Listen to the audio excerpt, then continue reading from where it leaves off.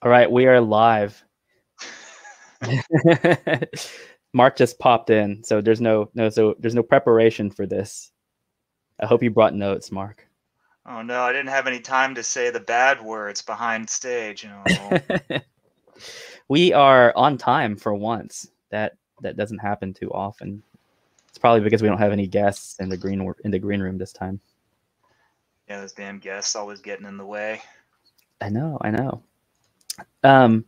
Welcome everybody. Thank you for waiting. This is a rarity for us, which is streaming. We don't do this too often. We're always of the opinion that if we don't really have anything to talk about, there's just no point in wasting y'all's time. We also appreciate the fact that we think people buy our books because they like the stories. And we've actually heard that we should work on our personalities to be more engaging. And I'm like, there's nothing to work on. If you think that we're kind of boring, I mean, we're just boring people. So yeah, there's no changing that. But as long as you enjoy the work, that's really all that matters. Am I right? I agree. I mean, we are not dynamic personalities, like, at all. But I think we make pretty good comics, and that's what matters, considering the business we're in. Yeah, I agree. I said that thing about the personalities, and we lost 7 viewers. So maybe they're like, "What? God. What? They're not gonna entertain us? Like, this is terrible. I'm heading out of here." Quick, Tim, put on a Liberace costume, and I'll go get the hand puppets. Our friends at I Love Comics, they actually have a puppet show where they review comics using puppets. So it's not completely out of the blue. It does exist out there. I don't know about you. I think that stuff is really entertaining. I know Doug TeNapel used to have a puppet show too. Yeah, I like Doug's puppet streams. Now they're funny. We just I don't know. I don't have the the wherewithal to do that, to talk through a puppet. I can barely talk through my own mouth, as evidenced by this past sentence. So we'll talk about some things, but before that, we'll address the chat. So congrats on 72K on launch day. Oh, thank you very much. Hope there's more ways to get a statue. This is it. As we had posted in our update, this is the only way to get it is through Kickstarter. The reason why, and if people look at the comments section and the updates, I go into a lot of detail, but basically all the statues are handcrafted by one person. So she models them, she sculpts them, varnishes them, and paints them by hand. It took her 5 months to make 8 statues, and she just doesn't have the time. There was a fellow who was like, well, before you launch, you should have 50 of them made.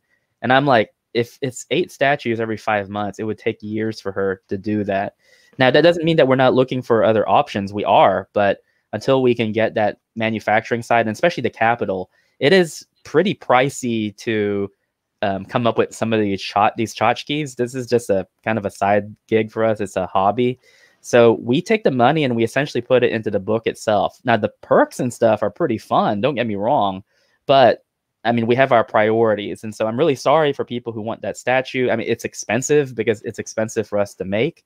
And it's just first come, first serve. So the people who did get it, the 8 of you, congratulations. It is a rare ticket item. And you definitely have something that's unique and one of a kind. And because it was so expensive, I am very appreciative for you guys backing it. But no, that particular statue will not be offered on Indiegogo. It's only on Kickstarter. So yeah, that is that. Jim Tuner, I haven't seen you in a while. It's nice to see you. Give us War Conquest and a Strong Crushing the Weak. Once and for all, listen to your customers. Absolutely. And put a sexy man on that cover, as a great Australian in comics once said. Broads as superheroes don't sell books. It's against our genes. I guess, yeah, I guess they might be right. Maybe we're just colossal failures then. Oh, well. We're failing upwards, the worst kind of failure. Drawn Talk is in the stream. He has a great channel. That's our friend Tyler Carpenter. Be sure to check out his YouTube channel. It's called Drawn Talk. He also has a Patreon, and he has a comic that he puts out called The Girl with the Mega Fists. So make sure to check out his channel. It's some great content. He's very entertaining, very amusing, great friend of the channel. Thank you very much. I like his slick new avatar. It is very flattering. So it does look like Tyler if he was leaner. That's all I'll say. It's not, no, Tyler, it's not like you're a fat guy or anything like that. It's just, it's a very flattering image, but it does capture your Bishi side very well. Our friend Cheyenne is in chat listening music. How is everyone? Thank you, Cheyenne. Cheyenne is one of our most ardent supporters. We've known her for the last 3.5, 4 years, along with some gals like being from PA and Vicky, and she's just been very, very supportive and helpful. We share a mutual hobby, which is Disney World. I'm guessing because she lives really close to there, so it's always entertaining to see her updates and her posts whenever she goes on vacation. There is Nicholas Mueller. Let's party. Yeah, the party started a little bit. Well, no, we started on time, but you've been waiting for at least 30 minutes, so that's great. And let's see here. Blue Star Ubu, I don't think I've ever seen you before. Welcome, welcome. Waiting with bated breath. I want to hang out with the cool guys. Again, people say we need to work on our personalities. So I hope we don't disappoint you. This will not be a very long stream. We just basically want to ring in ARC Athena, which as of now is 9:51 p.m. Central Standard Time, which means it's 7:51 p.m. Pacific Time. ARC Athena launches in 9 minutes. 9 minutes. So we're going to be... And we don't want to step on their toes. They're doing their big launch thing over on Eric's channel. Yeah. They're probably a lot more amusing than we are. I know that Eric will draw live, so you guys might want to check that out. Have to be. Yeah, if we see our watcher number just drop and plummet, we'll know what people are doing, and that's completely fine. I know that Eric is far more gregarious than we are over on this side of the tracks. Let's see. As long as the wife don't think you're boring, that's what matters. No, we live a pretty exciting life, to be honest, at least for us. Oh, there's our friend Thomas Royaloop. Mark, quick, smash her own mailbox. Those are the SWC guys. They actually have a comic called Literally. You can find it on Amazon Kindle, and it's also up at Webtoon. Which, speaking of Webtoon, we actually launched that today as well. So I've been getting this question a lot. We'll repeat it again just to answer it.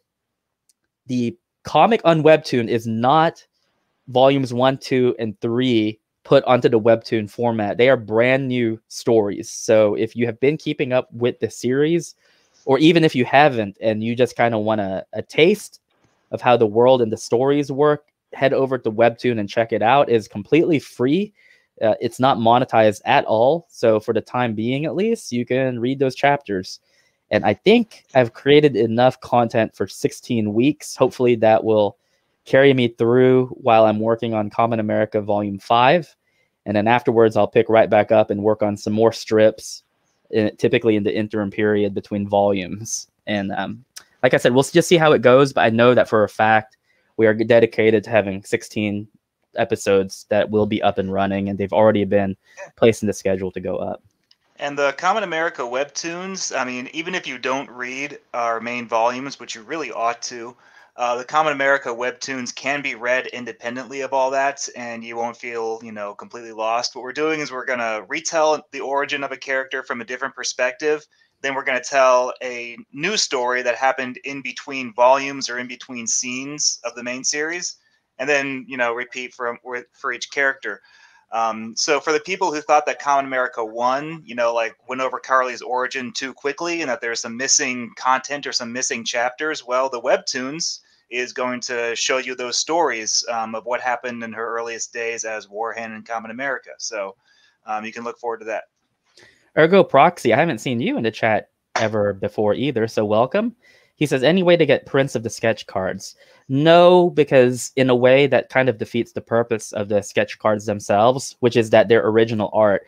And there are a lot of people, whenever they encounter us at conventions, they actually think that the sketch cards are printed. They don't think that they're original art. So we actually have to tell them. So I don't like to have that confusion or even the possibility, simply because in the collector's market, they purchase those cards at a premium knowing that they're original art. So we do not offer prints of the sketch cards. Now, what we do is we do actually have trading cards. So if you back Black Ops X Kamen America, you got one of 3 trading cards. The most common one is Kamen America, simply because typically that's our flagship character. So it's the one that's going to be the most widely available. And then the 2 rarer cards are Penelope and Hair Trigger. We're going to have another one for this campaign as well, but we're not going to reveal who it is until it goes into fulfillment. So that should be exciting for you guys to get. And again, that one, we have a December fulfillment date, but we could be fulfilling as early as November if we're lucky. And we always try to give ourselves at least a month buffer for incidentals or anything of that notion. So just be prepared. That should be something to be prepared for with great anxiety and anticipation. Thomas Royloop, 72K on the first day, so hitting 100K should be easy. As far as we like the numbers, those are good. It's nice to see growth. We try not to pay too much attention to that because we're just happy that we're able to fund the book itself. That just makes sure that the people who like our work and want to support us are going to be able to get it. And like I said before, they're not really supporting us. They're supporting the books. I mean, we have pretty bland personalities. And so we like the fact that I think there's some people who've met us in real life and they like us as people, but we like to think that they support the work because they genuinely like it, not because they feel guilty and just want to throw a few bucks at guys that they like. That's good too, and it's charitable, but we do like it when people enjoy the work and they could care less about who we are. So if we hit 100K, that's great. We'll be very happy, but so far we're already very pleased with our trajectory and how we're doing as of today. It's very exciting to see. Yeah, we love it when you buy our books, but we love it even more when you enjoy them. So please enjoy them. Lester Dog, I like seeing you in the chat. Great to see you here. Kamen America has made $0 on Indiegogo. What a failure. As far as those figurines, don't do this. Yeah, I'm sorry about that. Those figurines, that's all she could do. I even asked her, I said, hey, what if we increase the pay a little bit? Is there a way that you could expedite it and make more figures? And she was basically like, in the time frame that you need them, there is just no way that I can do that. And I've been working on these things for months. So even if you paid me the world, I can only work as fast as my hands can sculpt and paint and do all of that. So unfortunately, that is it for those figurines. Again, we are trying to find a manufacturer and we have a few options, but if we're going to do that and upgrade, I mean, they have to be good. So we have at least 2 that we're looking at who are very stellar. And all we need is the right quote, and I think we'll be able to pull it off. But that is something that's in the making, so we don't want to talk too much about it until we know it's a done deal.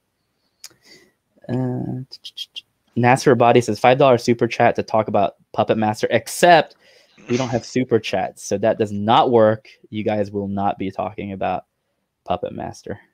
Oh, I know, it's a demonic toys chat only. Ironverse Comics, congrats on the launch, folks. Excited to continue Carly's journey. Thank you very much. This is the account for Jack Irons. It is that space western. It actually has a very, how do I put it? It looks like a space western, but actually span a wide reach of time and space. It's actually one of the more intriguing independent comics out there. It doesn't get much notice, but it has some steam to it. Definitely has a dedicated readership. So if anyone is interested, make sure to check out his books. Again, the book is called Jack Irons, The Steel Cowboy. It has pretty good reviews if you look them up on YouTube, for sure. And let's see here. Mark, you're supposed to fill in the dead air. Don't you know you've hosted radio before?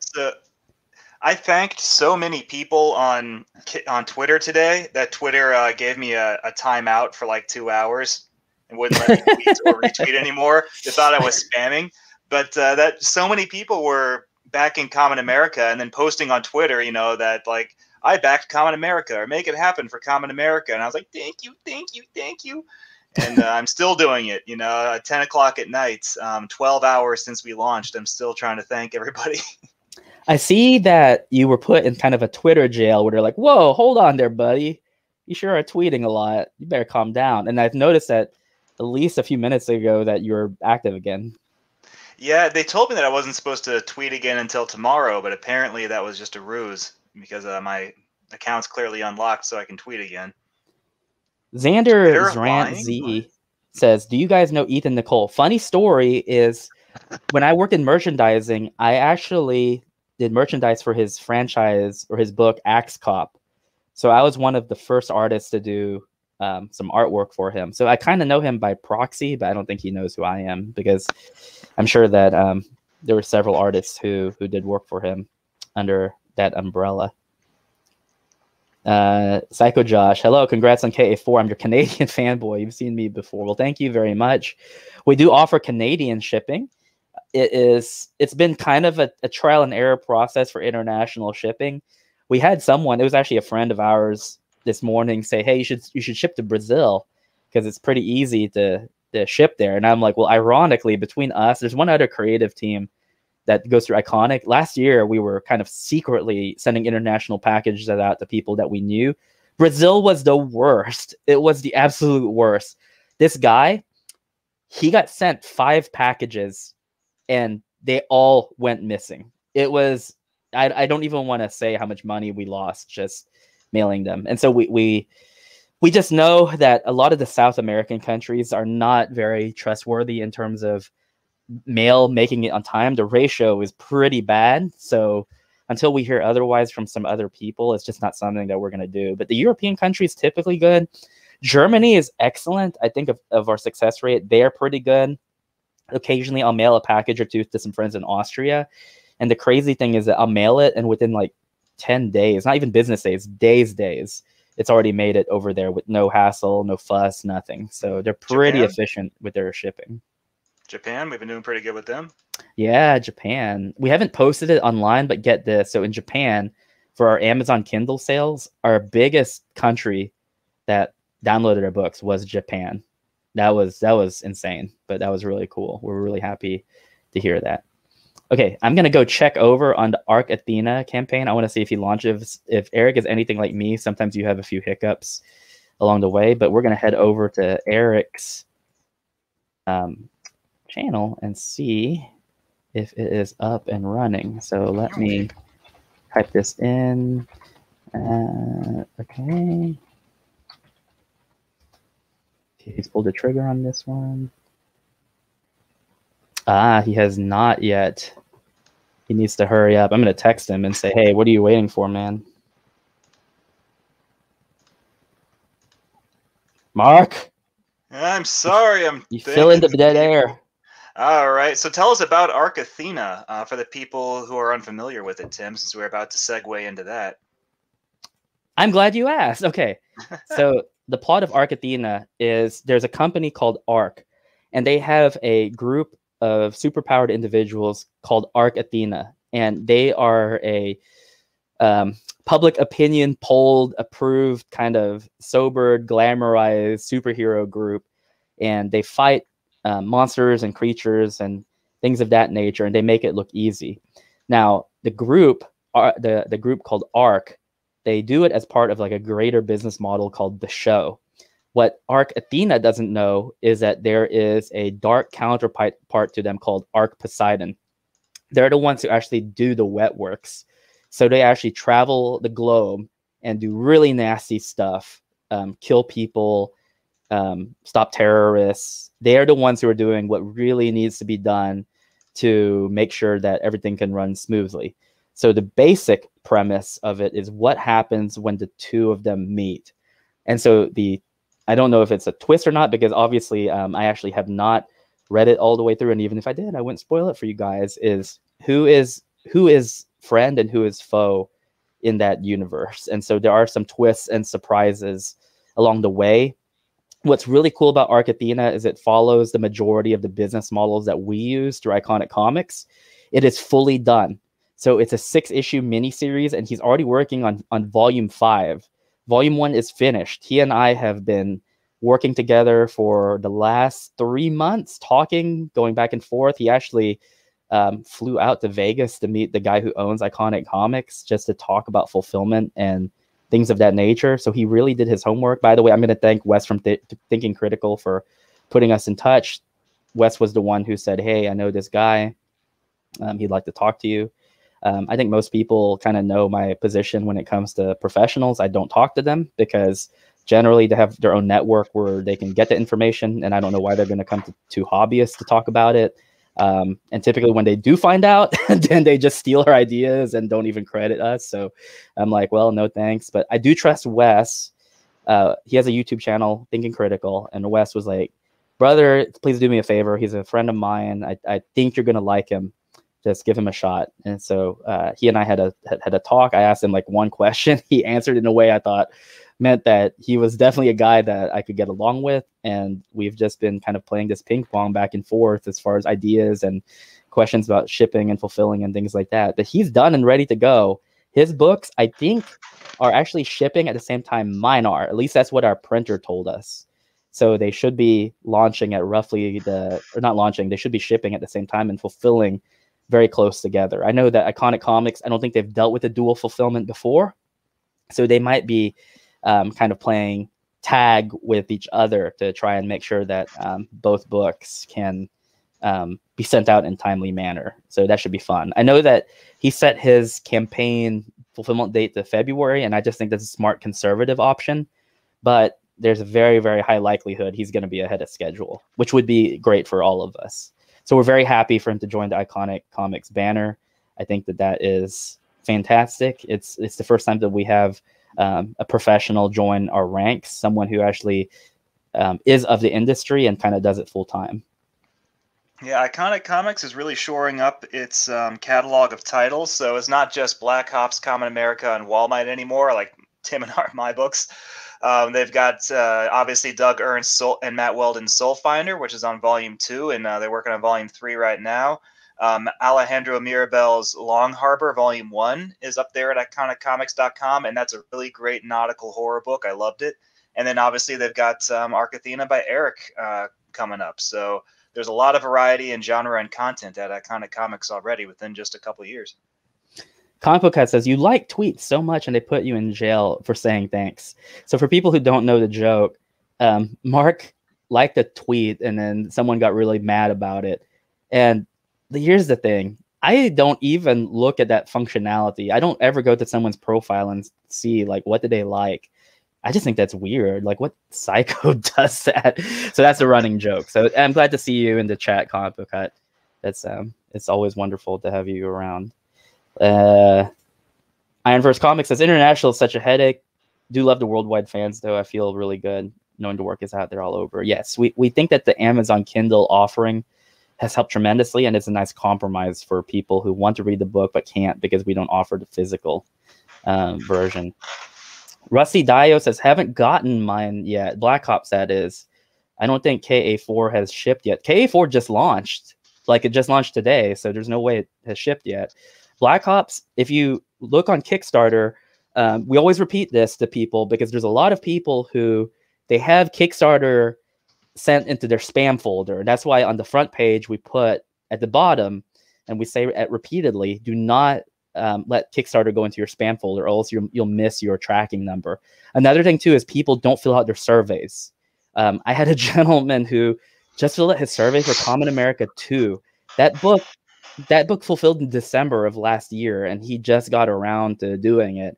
He then asked me about getting the digital download. I'm like, man, do you not read our main page? I mean, we give you 7 days to do it, and then 31-day grace period in case there's like a reasonable excuse as to like why you didn't do it. But my gosh, like this is like a long time beyond that point. So for Black Ops, if you backed on Indiegogo, we actually have not been sent our funding yet. I checked this morning, and Indiegogo said, oh, we're shipping it the week of September the 10th, which is this week, but we have not had a disbursement of funds, so we're just waiting for them. Now, if it's Kickstarter, all the international books have not been filled yet. I think they only sent about half of them, so they need to send the other half, and they need to send a lenticular poster. So those are the only two things that we're waiting on. But if you are a domestic backer, check that update, because we go into thorough detail about what to do if you have not received your tracking number and if you have not gotten your book yet. Yeah, I know that the fact that they call it a survey, if you're not familiar with Kickstarter, surveys sound optional, like when Amazon asks you to write a review after you've purchased your product. That's not what they mean. It's a confirmation of shipping address and payment. And if you don't fill it out, Kickstarter will not let us ship your book. If you feel like you didn't receive the email from Kickstarter for the survey, or you missed it, or you can't find it, just log into Kickstarter, go to your profile, and there'll be a column in the drop-down menu that says surveys, and you can just go to go to that section and you'll find it'll tell you, like, have you done the survey? It'll say no, survey is yet to be completed. And just fill it out, confirm your address and your payment, and that's it. That's all you got to do. Readar says, found out about you guys through Just Some Guy's videos and have loved every one of your volumes so far. Keep up the great work. Thank you very much. I do want to thank Just Some Guy. We do not get many YouTube endorsements, at least not on the front end. So it's very, very rare for us to have anyone on YouTube really cover our work. But what is helpful to us is when people cover our work after they receive it, because then they've already read the book and they know it's good. We don't know Just Some Guy personally. I don't know who he is in real life. We don't ask him for an endorsement or anything like that. We never ask for that for anyone. We never have. So it's always very nice, we'll put it that way, when he does read our work and review it. We're very touched. Of all of the comics that he reads, to have a spotlight on us as independent creators is a huge help. He is one of them. I know that Thinking Critical and I Love Comics are two others, and we're very appreciative for the work that they do to try and put a spotlight on us. They don't have to. We don't ask them to. They choose to do so on their own volition. And another one is Douglas Ernst. He's a good friend of ours, so he does have a bias. I obviously worked on his books, Soul Finder, and for the cover of Soul Finder 2.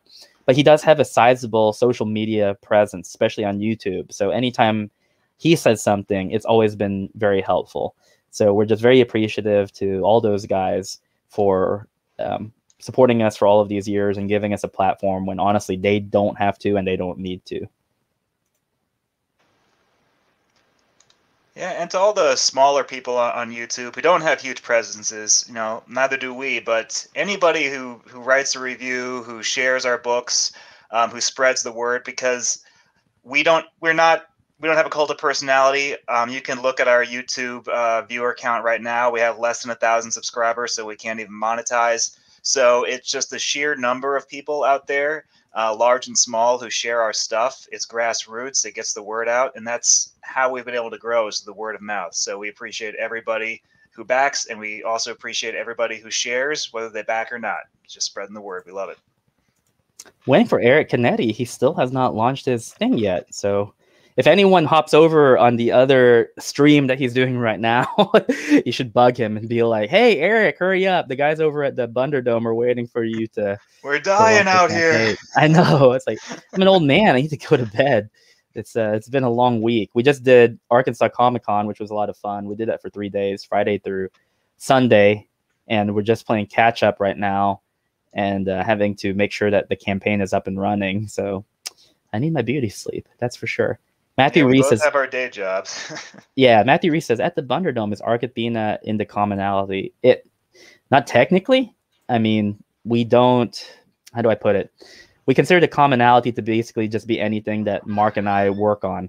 And so anything that is tangential to that, if there are like these kind of pseudo crossovers, it's just by the transitive property. So for example, if there's a reference to Soul Finder, that doesn't mean that it's part of our framework. It just means that there's enough there that we can have those crossovers without having to interfere with canon or anything like that. Yeah, it's like, so Black Ops and Kamen America, those are the commonality, and Walmite. So the books that Tim and I do, that's the commonality. If we have guest crossovers like Soul Finder, the only part of Soul Finder that's hard canon to the commonality are when Soul Finder characters appear in Kamen America. Whatever happens in Soul Finder's own books outside of the crossovers, those are a separate continuity, a parallel continuity. But it's only the commonality where it intersects with our stuff. That way we don't interfere with Doug's canon. Doug doesn't interfere with our canon, but we're still able to cross over and have fun and do our own things. Absolutely. Dragon DJ, I stumbled on Kamen America 2 and have been a fan since. I've gotten all of the Black Ops and Soul Finder volumes as well as Walmart. Thank you very much. That's very good to hear. That makes up a huge bulk of the Iconic Comics library. If you want to check out other creators that we have in that stable, obviously there's Punchline with Bill Williams and Matthew Weldon, and then there's Long Harbor, which has been a favorite of many people who like the horror genre. The art by Alejandro Mirabal is magnifique. It is very good. Make sure you check it out if you're a fan of that genre. If I will warn you, so I like kind of putting rating labels on people's works, that is like an R rating, but it's like a 1980s R rating. So there's no, I think there's brief nudity, but it's not like sexualized. It's just kind of monsters that don't happen to be clothed. There is some foul language, and there's definitely some violence that is kind of in the vein of the horror genre. So just be warned. That's the only caveat I have to say about the book. But I think that if you're a mature... Eric just tweeted Indiegogo ARC Athena just went live. Oh, let's go ahead and take a look. Let me refresh his page and see. Oh, 2 minutes ago. Here we go.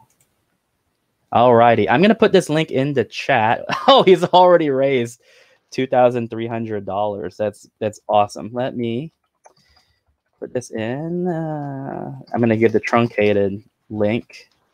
Here we go. And I'm gonna put this in the chat. Remember that if you're one of the first 1,000 backers of his campaign, you will receive the complimentary piece. So we did a piece for ARC Athena and Kamen America from one angle that he drew his character Diviana and I drew Kamen America. And then there's a reverse piece, which you'll get if you back his campaign. So that's really cool for people who are completionists out there and want something that matches. And then here is the link in the chat. It is https:/@/ARCAthena01. And he is rocking and rolling and crushing it over there, which again, Dragon we're very DJ is backer number 4. Wow, congratulations. Yeah, absolutely. If comics come up on one of my streams, I typically mention Kamen America. Thank you. I really want my reviewers to check out your work. Thank you very much. I didn't know if you have a channel or not.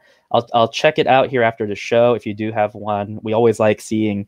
I honestly like. This is really funny. I typically follow smaller channels because I feel like they give honest opinions on things. No, that's not to say that bigger YouTubers don't create quality work, but in comics, it's very, very, very few and far in between. I typically listen to bigger channels for things like travel and leisure and do-it-yourself type activities. But I'm always happy to check out people's channels, especially people who follow us or support our work. I found out about Kamen America by finding Volume 1 at local comic shop. And I found the Black Ops America, Kamen America campaign on Indiegogo and pledged time here. Thank you. Thank you. That's really cool. Black Ops is considered our hard sell. It's easy for us to talk about it, but it's really hard for people to back it. And the funny thing is that we were at this Arkansas Comic Con. Someone very sharp came to our booth and they looked through it and they said, I'm getting 2 different vibes here. For Kamen America, it's very much inspired, obviously, by the Japanese and your kind of run-of-the-mill superhero genre. But I feel like selling this book is more like selling to a G.I. Joe crowd. And they really nailed it on the head. G.I. Joe, we all know it. Like, it's something we grew up with, but it's kind of niche. There are people who don't read it or don't watch the cartoons because the entire military action thing is just not their jam. So it is a hard sell. So I think we were really surprised that crossover did as well as it did, simply because we didn't know how much of a market there was for readers of both. So we like it when people prove us wrong in that regard. Yeah, I mean, we're all old, so we kind of forget that it's been a long time since G.I. Joe was a mainstream success, had, like normie popularity. It's been niche for like 20 years. It's just been like comics and the occasional toy line, and if it gets a cartoon, it's lucky. And even now, like the recent comics have not really been appealing to the old G.I. Joe fans like us. So we wanted to make something that, it's not G.I. Joe, but it would hopefully appeal to people who remember G.I. Joe and enjoyed it.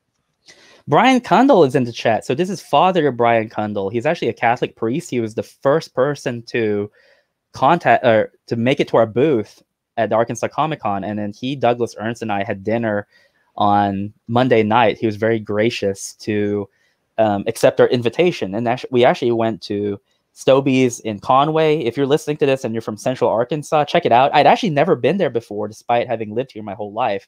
And the food was incredible. I was very happy that we were able to sit down and kind of talk. We talked about faith and obviously religion, just because Doug, he and I are Catholic. and kind of how that plays and how that has some influence in our work. So I'm very happy to see you in the chat.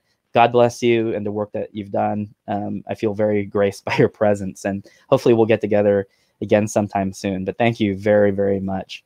Psycho Josh, how do you pronounce this anyways? You pronounce it USAGI. So you actually pronounce the acronym as a total. However, if you just say Usagi, that works too. We accept either pronunciation, just because I know that it can be very we're taxing on the tongue to say. We're just happy if you don't call the character Black Hops. Yeah, we had this guy, and it was this artist, and I get it. It's a hard life for a lot of artists. They want to get noticed, but this guy, he did some art, and he showed a character. I think he was his original character, and it was them pulling USAGI out of a hat, but he was doing it by the ears, and like the rabbit had buck teeth. Okay, so Mark knows this. I have rabbits, and so they always say write what you know, and that's basically why we have a rabbit as a main character. But because I have rabbits, I also know how you treat rabbits and how you don't, and I'm also very particular in terms of how they're portrayed. Rabbits don't have buck teeth. For the most part, you can't see their teeth. They're actually hidden between their lips. And the second thing is you never pull a rabbit by the ears. That's very painful to the rabbit. So this guy posts this art, and I'm already like, just from a personal standpoint, I'm really not liking this. But they said, like, I love your books, man. Black Hops is one of my favorite characters. And I'm like, buddy, I know you didn't read our books, because you would know that that is not the name of the character. And so there are times whenever people might review our books, and they'll say, sometimes it's a negative review, and they'll say, oh yeah, this rabbit, his name's Black Hop, and this is what he does. I'm like, you didn't even read the book, because that's not his name. We say it multiple times. That's like people saying, oh, I love Legend of Zelda. Like, Zelda is such a heroic character. It's like, well, his name's He's not awesome. Zelda. He's so cool with his sword and shield. I'm like, yeah, all right. Trusty Sidekick, I haven't seen you in a long time. Welcome back. Fantastic start, guys. Congratulations on the big launch. Thank you very much. It's very tiring and exhausting, but this is the last one of the year, so I can't wait to get it into y'all's hands here in just a few short months. Romancer X, I like watching all the reviews of Kamen America, even though I have read all of them. We met you at Bell County Comic Con. It's nice to see you too. And I remember that we see you all the time in the chat, and we've seen you at Bell County Comic Con, but I never realized you were the same person until you told us in person. So that was really cool. Tim and Mark do a great job. I'm not just saying that. I'm not easily impressed. Comic Book Cut is very blunt with us. He actually said, he's like, I'm not saying that Kamen America is a bad book, but I like Black Ops better. And I just said, hey, different strokes for different folks. I'll take it. Yeah, no, Hut's honest with his reviews, and quite frankly, we're just thrilled that somebody likes Black Ops more than Kamen America, because 9 times out of 10 is the other way around. Well, Volume 1 and 2 KA hardcovers be reprinted. I own them in paperback. Would like to complete this set. No, they will not be reprinted. So the reason they won't be reprinted is because we have a very great deal with the hardcovers. Very good deal. And the reason we have a good deal is because we print in bulk. Typically, we print anywhere between 2,500 to 3,000 books to get that discount on them, which means that it's only very affordable for us on the first run of the campaign, where we know that we can get at least 1,000 people to buy into it. If we're just trying to satisfy the people trying to complete their set by reprinting the hardcovers, it is not going to be that big. It's going to be about maybe 250 to 500 copies. And at that point, they are incredibly expensive. So just for future notice, that's the best deal, is when you back the campaign in the beginning, you get that hardcover as a default. And it's the same price as we charge for our previous books, $10. That is a steal that you don't find too often in independent comics. Most floppies in the independent comic sphere for 48 pages, you'll get for $25. We offer hardback 64 pages for $10 each. I've done research. Not very many people can really beat us as far as that pricing is concerned. However, we do offer saddle stitch for KA1 and KA2. We might offer it for $3 as soon as the hardcovers sell out. And I know that they have about 150, I think, hardcovers left of KA3 left. Yep, and the saddle stitch ones are cheaper. So you'll get you'll get a budget version of 1 and 2 and maybe 3. Or you could just get the Kamen America Omnibus that collects volumes 1 through 4 together in hardcover. It's the complete Stars and Stripes saga. So you can get the entire first story arc in one omnibus volume, a library edition. Very handsome. Yep, absolutely. I'm getting lost here in the chat. So what I'm doing is whenever I jump to the other thing, it's always like kicking me out from where I was. So let me go up. Zippy the Unicorn is here. Day job. Yeah, we still got those. Yeah, it gets us sick, but for the time being, I mean, we're pulling through. That's why working on those strips is fun, but I do that on Sundays typically. The style is a lot looser. There's not as much detail in it, but basically the rule of thumb is it's like, Mark, if I can't do it in under 5 hours, don't write it into the script because I am not putting. It's a free strip, so we like doing it. We like offering it. It's a hobby. It's fun, but I mean, I have to think to myself like, can I do this or can I spend the time actually working on like a full page and getting that work done?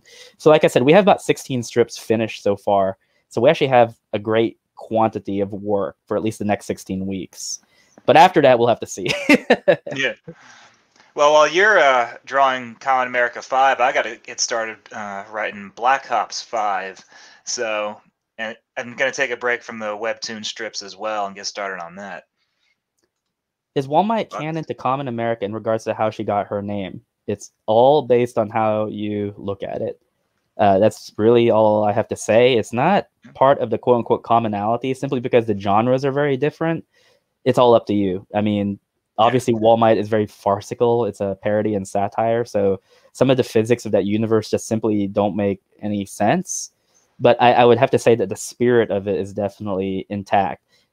Spoiler alert, we're gonna touch on that soon. It's actually touched on a little bit in volume 4 and volume 5. So if you like the Wall Might stuff and you're kind of wanting some of it to come back, you might see a glimpse of it in our future works. But again, we're not making it like a political statement or anything like that. So don't worry about that. Kamen America is not meant to be a political book.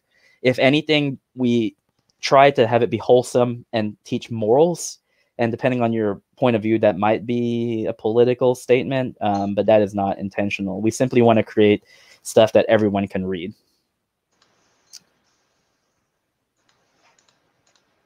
Mark? Tim? Hello? Yes? Yeah, I'm here. Yeah, you got to fill in that dead air. I was just going to see if you were going to say something. But yeah, when it goes to Wall Might, I mean, yeah, so some of that can be considered canon, but Wall Might itself, the physics of that universe, it was a parody and a satire. So it is very goofy. But, you know, if you want Wall Might to be canon, it is. If you'd rather just skip Wall Might because it's a political parody and that's not your deal, then Kamen America and Black Ops are totally divorced from that. So it's fine. We don't hold a grudge either way. Father Condell, I think there's always a market for killer rabbits as proved by Monty Python. Yeah, absolutely. We get that a lot. Their killer rabbit's pretty cool, but it got killed. Ours is still alive, so we do have one thing definitely above it. Are there plans on doing hardback runs of volume 1 and 2? No. Nope. No, we don't have any plans for doing that. Again, because it's so expensive. I mean, most of the people, we get the bulk order at once, 3,000 copies. If we had to go into another printing, it would be a very slow trickle, and that's very expensive. Just in the short run. So no, the only time to get the hardcovers is through the campaign. Why rabbits? Just because I own rabbits. The story is, I used to have guinea pigs, and my wife, who was my girlfriend at the time, she had a rabbit. His name was Mr. Bennett, and he was the goofiest rabbit ever. He looked like how you'd think he would with a name like Mr. Bennett. He was a chocolate rabbit, and he was fat. He looked like Winston Churchill, and he was just lazy, but he was very affectionate, despite the fact that he had a very grumpy appearance. He was very well behaved. He was like a model rabbit as far as his behavior is concerned. And so after he beat up all the other rabbits, and you had to keep them separated. Yeah, he was an alpha male. He was total Chad. But after I saw her rabbit, within a year, I got my own, and my rabbit was a stray, and he is super intelligent. He's still alive, but he's a lot more active than her rabbit was. And I mean, this guy is really smart. I mean, litter box trained from the moment we got him, never had accidents outside of it. He was very curious. So he kind of acts like a puppy. Like people who meet him are like, whoa, like I've never seen a rabbit do that before. So that was a lot of the inspiration for USAGI. He's actually, like, as far as his physical attributes are concerned, he's actually based off of my rabbit. So it's actually a white lion head. Now USAGI, his ability is he can access the whole genetic spectrum of his species. So he can actually change his color and appearance, and to some extent his size. And that's why sometimes between volumes he looks a little bit different, especially between volume 1 and volume 2. Yeah, so he's got a few powers. Like we kind of nerfed him after the first volume, and sort of like during the first volume was that we like, hey, he's actually a lot cooler if his powers are throttled back a bit. So he's a little less powerful, and he has to use his Metal Gear Solid stealth aspect a bit more, and we focused on that instead, and we ended up having a lot more fun with his action scenes that way. Yep. Romancer X, I still have your Iconic Comics panel from Bell County Comic Con on my channel. It's a good watch if you want to hear Tim and Mark talk about how they started doing comics. Yeah, if you guys want to check it out, go to his channel. It's, I think, 45 to 50 minutes long, and we just kind of talk about how we got started and like how it is being hobbyists kind of doing independent comics. It might be boring to some people, but it seems like people enjoyed it. Zippy Unicorn says, hey, Fodder, thank you for your service and efforts. Absolutely. He's a young guy. I felt very humbled in his presence. He's sharp. He just knows what he wants to do, and he just knew it at a very early age.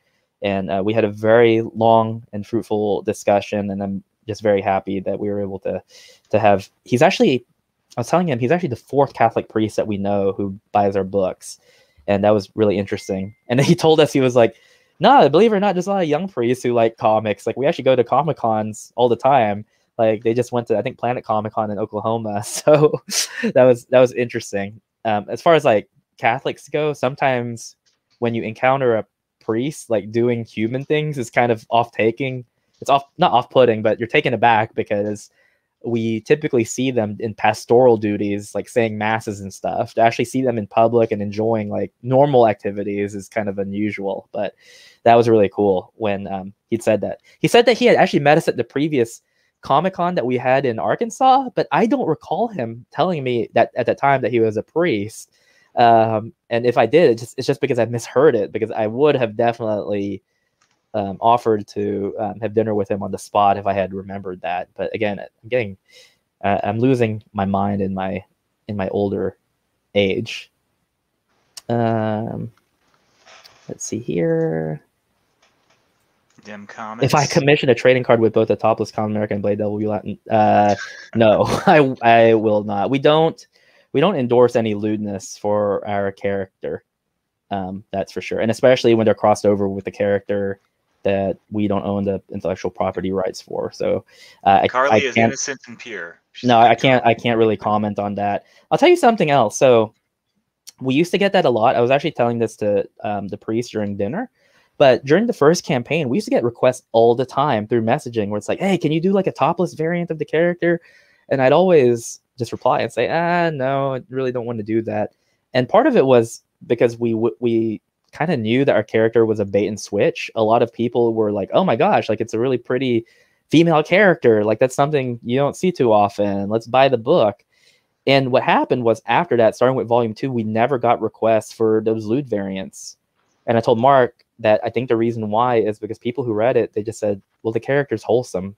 So they respect her enough to not want to do that, or at least to ask me to do that. Now, Mark and I have seen some art out there that people have done that's fan art, and it's very well rendered, but it's definitely not we have had that a we can few endorse. people tag us or even DM us with like, hey, look at this art that I found, or even sometimes look at this art that I drew, and we just don't reply to those. I'm sorry if you spend a lot of time drawing that stuff, but that is our character, and we do feel strongly about our characters. So if you do tag us or DM us that stuff, we're just not going to acknowledge it. Sorry.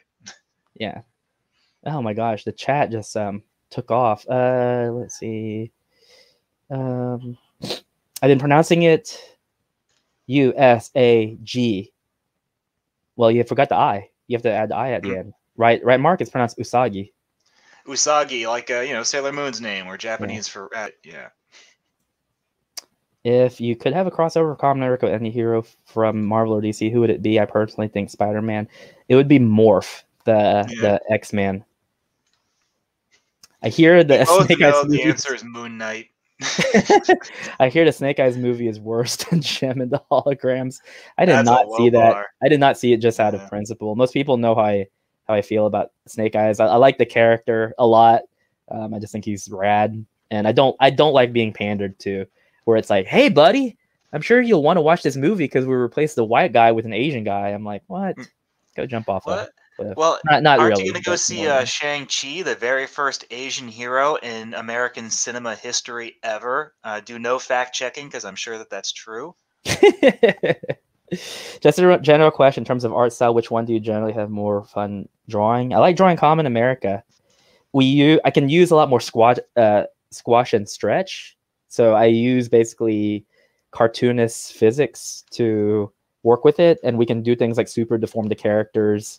We can use a lot of manga tropes to depict certain emotions and facial expressions and things like that. So I just generally have more fun drawing the character. It's also a lot less technical. For Black Ops, there's a lot of military stuff, but honestly, a lot of that's falling by the wayside. The way I'm looking at it, I'm kind of going by Metal Slug military physics. Like in Metal Slug, they drive like a tank that's like a one-person tank. And it's like, well, it looks like it could work, but I don't think it's something that actually exists in real life. So let's just go with that. They also have guns that like fire grenades and bullets and stuff. And it's like, okay, it looks cool. I think going forward, that's what we're going to do. In the beginning, we actually had Douglas Ernst as a military advisor for the book. But then Mark and I were like, yeah, let's not be slaves to accuracy here. Well, you're trying to draw all these accurate guns, the correct models, the correct manufacturers, everything, and you're just getting nothing but like, actuallys from people saying like, oh, you got the stock wrong, or oh, the scope's slightly ajar, or oh no, you don't have the safety in quite the right place, or something like that, and just like, just let it go. It's more fun to just freestyle it, I think. Romancer asks, how will Black Ops X Kamen America be in an omnibus, or will it be just by itself? It'll be in the Black Ops omnibus, because technically it's a Black Ops book. It's volume 4. How old is Penny? Penny is about 22. We kind of keep their ages ambiguous, but I think she's actually old. She's older than Carly, for sure. She's a little bit more mature in terms of her personality. Carly is just barely old enough to drink. I got the omnibus for Black Ops K crossover. Really enjoyed Black Ops. Can't wait for more Black Ops and Kamen America. One thing that we're going to do moving forward is, now that people know that they coexist in one world, you're going to be seeing a lot more crossing over earlier on that you don't have to wait for the official crossovers for. You're going to see characters pop in and out, and we're just going to treat it like it's normal. And the good thing is that you don't have to necessarily have read any of the crossover stuff to know what's going on. Yeah, I mean, so Kamen America and Black Ops, if you read nothing but Kamen America, and not even the recent crossover, which is technically a Black Ops volume, we always provide enough context so that you can just read Kamen America straight through and never feel like you're completely out of the blue, like you missed something absolutely vital. Same thing with Black Ops. You can just keep reading Black Ops, but there are going to be moments where characters will pop in and out of each other's books, sort of like, in X-Men or Wolverine, I remember in the early issues of the Jim Lee X-Men series where they go to New Orleans to fight the Brood, and just suddenly Ghost Rider shows up and he helps them fight the Brood, and then Ghost Rider goes away. And it's not like you needed to go and read like every issue of Ghost Rider to understand what that was all about, or vice versa. That's the kind of way we feel about it. Let's see here. I'm a budding game developer, and in the future, if you guys are interested, I'd love to collaborate with you after I've established my games. Would you be open to such things in the future? We're open to everything, but we do quality control assessments. We do have things that we want to do in the future, but it's all going to be based on the quality of what is available and what's feasible. So obviously the proof is in the pudding. So we like to see things that are just beyond proof of concept. As far as gaming is concerned, though, there is something that we have in the works that is gaming related that might be pretty exciting to a lot of people. So hopefully we'll be announcing that one pretty soon. Is Black Ops on a comics website, or will it be? It will be, but they have to finish the fulfillment on Indiegogo. Indiegogo has not sent us the disbursement of funds yet, and they said it was going to be this week, and here we are in the middle of the week, and we're just waiting on them. Kickstarter, you just know it's going to be within, I think, 10 business days. Like the moment your thing ends, 10 business days, it's in your bank.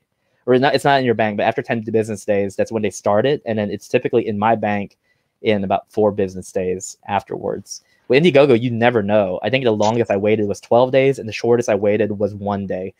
So we are slaves to their schedule and not our own, unfortunately. I do not take live calls. I've seen how it turns out for other people, and I don't like some of the stuff that I see flashed on people's live streams when that happens. And like people say, our personalities are not entertaining.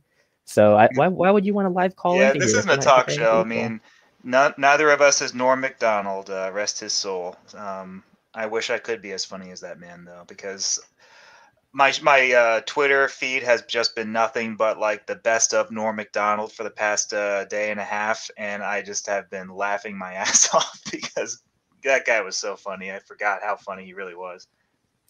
Yeah, the other day we were just looking at Norm posting, and it was great. He just, I can't put my finger on it. How would you describe his delivery? There's something about the way he delivers punchlines where sometimes it legitimately is a funny joke, but other times it's like a non sequitur where it has nothing to do with. There's nothing that the end result has nothing to do with what he's talking about. Yet it's just funny. It's the delivery too, because I mean, people describe his sense of humor as dry, and a lot of that's in his delivery because he just says the things so matter of factly. I don't know what it is too. It's like the very ending of Dirty Work, when he's doing his like final parting narration, where he's like, "So we got the money for my father's heart transplant, and the doctor was able to pay off his bookies, and he got over his gambling addiction. But the bookies beat him to death anyway. So he's dead. Goodbye, everybody." That's just the way the movie ends. And it's just, I haven't seen Dirty Work in like 15 years. I forgot that that's the way the movie ended. And I watched that clip earlier today, and I just had to like pause everything and just like stop myself from laughing so my coworkers wouldn't hear me. It was just so funny. That's just the way he told his jokes. He's so good. It was the one I showed you today. I was just laughing hysterically because it's different from his blunt delivery. It's the part where he's talking on his show and he's like, "I'm going to promise you this. I will not eat a single morsel of food until Margaret Thatcher is dead and buried." And his co-host is like, "Norm, she died 3 weeks ago." And it just cuts to him and he's eating a bucket of fried chicken. Yeah, he's like, "Oh." I was reading excerpts from his book. I kind of want to go pick it up now, because you read the book in his voice, and he writes in his voice with those pauses and those like short sentences. So it's so easy to read his book in his stand-up voice. I want to pick up the whole thing because it just sounds so funny. Man, I wish I had been keeping up more with his comedy before he died. Now I'm only just now getting back into all the Norm stuff that I missed out on. Yeah, and the fact that he had the humility he didn't disclose it for 9 years. I mean, that's why it was a shock to everyone.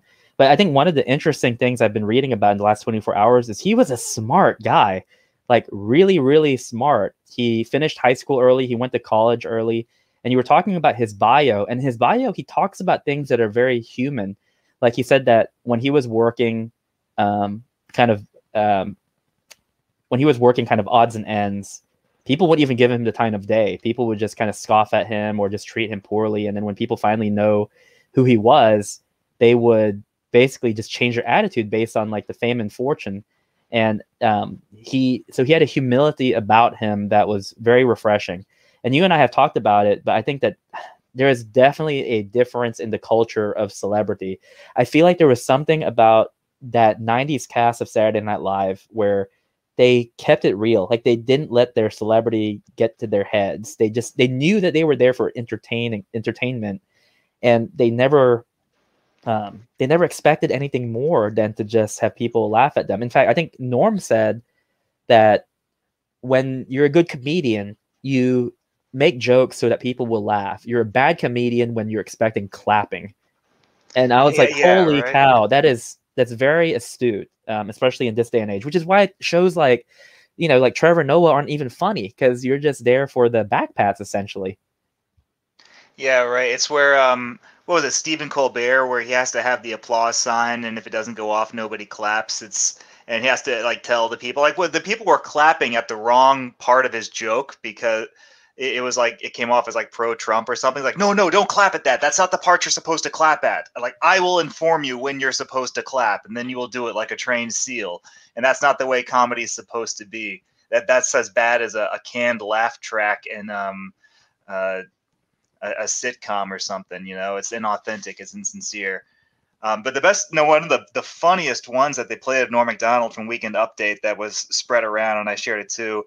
He was looking at a couple of pie charts, and he's like, and if you noticed that the numbers on these charts don't add up to 100%, it's because they were made by a woman. And everybody starts booing him. He's like, for everybody hissing at that joke, you just should know it was written by a woman. And then everybody gets quiet. He's like, yeah, now you don't know what the hell to do. And then he's like, I'm just messing with it. We don't hire women. It's just like one joke in rapid succession, all after the other. It was so good. Oh man, he was the best. I like that part where it was just a clip show of him talking about like Hillary Clinton and Bill Clinton being murderers. Oh, man. Yeah, he has that aside at the end. Is like, yeah, the president's a murderer. What, you didn't know that? Yeah, he was on The View, and he's just like, wait, what? The president's a murderer. You know that? There's a supercut of all of the OJ jokes that supposedly got him fired, and he had one where it's like, Dr. Seuss books are under fire again for being too controversial. Among the Dr. Seuss books, the most controversial was Green Eggs and Ham and OJ Killed His Wife.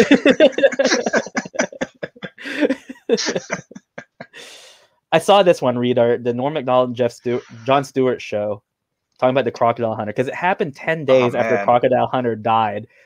It was funny. I mean, now we can look back and laugh at it, but I'm pretty sure a lot of people at the time were like, too soon, because he said, I'll just say the one part of the joke, or at least his intro. He's like, you know who you're not surprised dies? A guy named the Crocodile Hunter. But here's what you didn't expect. He didn't get killed by a crocodile. He got killed by a fruity fish. And that's just the intro. And Jon Stewart is like, oh my gosh, please stop right there. Like, I already know where this is going. You see, that's the difference, though. Jon Stewart actually let him finish his joke, even though he was begging him to stop. Where you see that clip from The View, where as soon as he starts talking about the Clinton cartel, like all the hens and crones in The View try to shut him down and threaten to cut off his mic and just won't let him tell his jokes. Like, that's the big difference, I think. Twitless says, I thought this stream was about comics. Why are you talking about comics? It's true. We're talking. Yeah, why are we talking? Oh, so I have a question, Tim. It's because Lordy. A lot of people have been asking me. So you can answer it to me on their behalf. Okay. When is the Black Ops Omnibus going to be on Amazon with the rest of the Kamen America and Walmart books? Oh, I don't know. Oh. Just I have to get around to doing it, man. Like I said, I still got to draw. I got focus. Yeah. So most people don't know that we just moved into a new house, so we're like cleaning up and stuff, and like that's taken up a lot of my time. And then working on the webcomics, and then now I have to start Kamen America 5. So the formatting and stuff just takes time. You know what I need to do? I need to call Bill Williams and get him to format it. He did all of our digital formatting for our books. I'll give him a holler this weekend and ask him if he can do that for Bill us. Williams is the Renaissance man of comics. He can do it all. He is. He can do everything. He can letter. He can draw. He can ink. He can do your digital pre-press. He's kind of a cool guy. We're gonna real quick. We're almost done here. Let me go check on ARC Athena and see where they're sitting at. $11,241. That was fast. Yeah, in 50 minutes. Way to go, Eric Canete. That's awesome. Congrats, Eric. Yeah. And then let's take a look here. There's something else I want to take a look at. Oh, wow. We just crossed the threshold of 75,000. So now we're at 75,000 with 1,413 backers, and it's only been 24 hours. So we're very happy to see some of our readership return, and hopefully we have new readers as well. Maybe a lot of them who had read the books on Amazon or were referred by just some guy. There are some people, real quick before we close out the show, I want to thank people like CompoCut, the SWC brothers, Vicky and Dean, for hosting us on their show not too long ago. Thinking Critical, who has always platformed myself and Mark as contributors and commentators and put a spotlight on our books. Just Some Guy, who has probably given us the biggest post-book bump in terms of reading and reviewing our work. Who else do I have to thank? Douglas Ernst as well. There's just really too many people. We've done streams thanking them, but every time I feel like it is incumbent on us to acknowledge the people who did not. Fork of Cows, yes. Scott Malin, for sure. Scott Malin did a lot of our artwork for our supplemental material. He's actually the artist for the back cover of Black Ops X Kamen America, and he contributed 2 calendar pieces for our campaign. Kofun, I don't think Kofun's too busy actually drawing to actually like listen to YouTube, but Kofun is the one Japanese artist who has done more work for us than anyone, and he's always available for me. So I pretty much keep that guy on a payroll 24/7. Man Sang, he is a Hong Kong artist who has done 3 covers for us so far. Genzoman, who does pretty much all of our cover work. And Shilava, she did our song Velvet Thunder, which is amazing. It turned out really well. She was a huge hit at Bell County Comic Con, and we're very happy to give her that exposure. Carl Sia, who did our animated intro, he did it over the course of many months all by himself, and he was on time, and he delivered right when we needed it to. So he got the final animation to me about 2 weeks ago, and it couldn't have turned out better. So very happy to have worked with him. We hope to have him again to add on to more animation in the future, but I know he's a busy guy, and we might have to get someone else, but I really do hope that he'll be back again for our next project. That would be a lot of fun. Yeah, we also have supporters like Cheyenne and Nasser and Full Custom Hot Dog, who have all shared our stuff. Fresher Luke, who shared our stuff and drawn some great fan arts. Switch Points and Monaco Moments on Twitter, they've been a great supporter. They just did a real-time review of Black Ops X Kamen America on their feed today. That was a lot of fun to watch their reactions as they read the book. I always love those. Yep, absolutely. And then Scott, it's funny because Malin is French, actually. So it's funny because I have the French version of the Heathcliff theme song, which it was actually a hit in France. It's called Les Entre. Well, you don't say les, you say les Entrechats, and they always talk about Rue Malin, and so I always think of that whenever I think of Scott Malin. But Scott Malin is incredible. He's a good guy. He wants me to go on his channel here in the near future, his Twitch channel, and I can't wait to do that because he and I have actually not talked in person, but we've worked together for the last year. And his character Lucia, which you can find on Webtoon, I think it's called the Panty Bear, and he has a Patreon too. Although I am going to warn you, it's lewd. I just have to say that just because it's like, hey, I don't want people to think that our book being so wholesome that it's in the same vein. It's not. It's definitely more lewd than ours, even though his art looks wholesome. But like I said, he is a great and phenomenal artist, and he has a huge following. So we're always happy whenever he can contribute work to us. And oh, Bill Williams, he can't do everything. He did my taxes. I report to prison on Friday. Sorry about that, Zippy. Okay, if let's see. So the links for the digital version are time sensitive. Is that for piracy? Yes. So I've been answering this question too, because some people who read the fine print, they noticed that I said that starting next year, we are not offering digital only as an option. From volume 5 onwards, it is just going to be Amazon Kindle pre-order. And I will just be very honest as to why that is. The reason we have the time limit is it does prevent piracy. I don't know why. It's a psychological thing.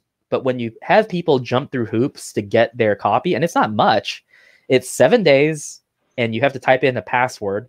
It's not DRM protected. It's the idea of having to do that for some reason makes people greedy and not want to share out the link. So the problem, though, is that we have a 7-day download policy and a 31-day grace period. The grace period is like, hey, I was in the hospital. Like, I didn't get to access this. Can I get it? You know, things like that where people message Iconic Comics and they say, here are the extraneous circumstances. But that's not the majority. The majority of people will message us and say, I didn't download it, give it to me. That is like 99% of them. And recently, we'd have people who were past the 31 days and they would just say, hey, just give me the download link. I didn't download it in time. Like, they don't, not even like, I'm sorry, I missed it, or I forgot. I mean, nothing. They just said, hey, what the heck is up? Like, what's going on?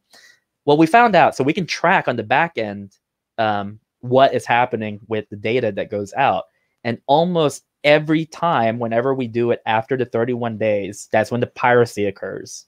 So we can actually see, it's like, not unless you own 50 devices, like, why in the world are you downloading our book 50 times? So that's it. I mean, like, the reality is that we try to work with our backers to offer something in a fair period and be very transparent about that. But it's hard. It's just very hard to trust what is going on. So by having the Amazon Kindle pre-order, you can get the digital copy. And the best part is you download it at your convenience. You don't have to do it right away. You can program it so it auto delivers to your device. You could wait 2 months and then claim it after the fact. So we just think that that's the best alternative. Now, the only thing about that is if you buy physical, we will give you the PDF. So if you buy a physical copy, we will give you the digital download as part of the package, but we will not have it as its own separate thing. But that's, yeah, I'm glad that you brought that up. Do you guys have a set number of KA plan? Or are you going to keep making issues if people keep buying them? We have it so that in the worst case scenario, if our readership dries up, we know we can do 12 volumes, but we will keep on making them as long as people want them. And we already know how it ends. So in the case of something happening to me, Mark knows how to end the series. And that's all been planned out. So we like to book it. If I die, Tim has absolutely no idea what to do. So. But yeah, yeah. Yep. Yeah, I hope nothing happens to me. And I hope Mark doesn't F it up if something does. Oh man, the second year out of the way, I mean, I'm selling this thing straight to Disney Plus. All righty. I think that's it. There's nothing else in the chat. We stuck around for an hour and 13 minutes. Thank you all so much for watching. We will keep you guys posted as the campaign continues. Everyone stay safe out there. We love y'all. Oh, Cheyenne says Bean supports you too. Yes, Bean has been great from the very beginning. We love Bean from PA. Have a good night, everyone. We'll talk to you soon. Thank you guys very much for your readership and your patronage. It has been very meaningful to us. Mark and I, this last year, having people come to us at the conventions and tell us how much they like the book has meant the world. We actually had this young reader who came up to us at Arkansas Comic Con, very young. She must have been about 23. It's on my Instagram. She picked up volume 1.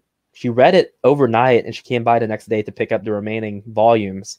And on the way out, we don't talk politics at conventions at all. I mean, our point is just to be there as ambassadors for ourselves and for iconic comics. But she was like, I just want you guys to know that your work is such a breath of fresh air. Like, I'm so sick and tired of like stuff like, and she specifically said stuff like, I'm not Starfire. Like, I don't want to read that crap. Like, that stuff like that means a lot to us because they read it and then they give us a very honest opinion and they decide to support our future work. So I know who you are. You might be listening in because I know we follow each other on Instagram, but if you're tuning in, thank you very much. It's stuff like that that really bolsters and lifts our spirits. Yep. All right. I thought you were about to say something, Mark. I'm so sleepy. I'm so sleepy. I can't feel any more dead air. Shh, go to sleep, Mark. Okay. Go to sleep. No tears, only sleep. No tears. No tears, only dreams. Bye, everyone.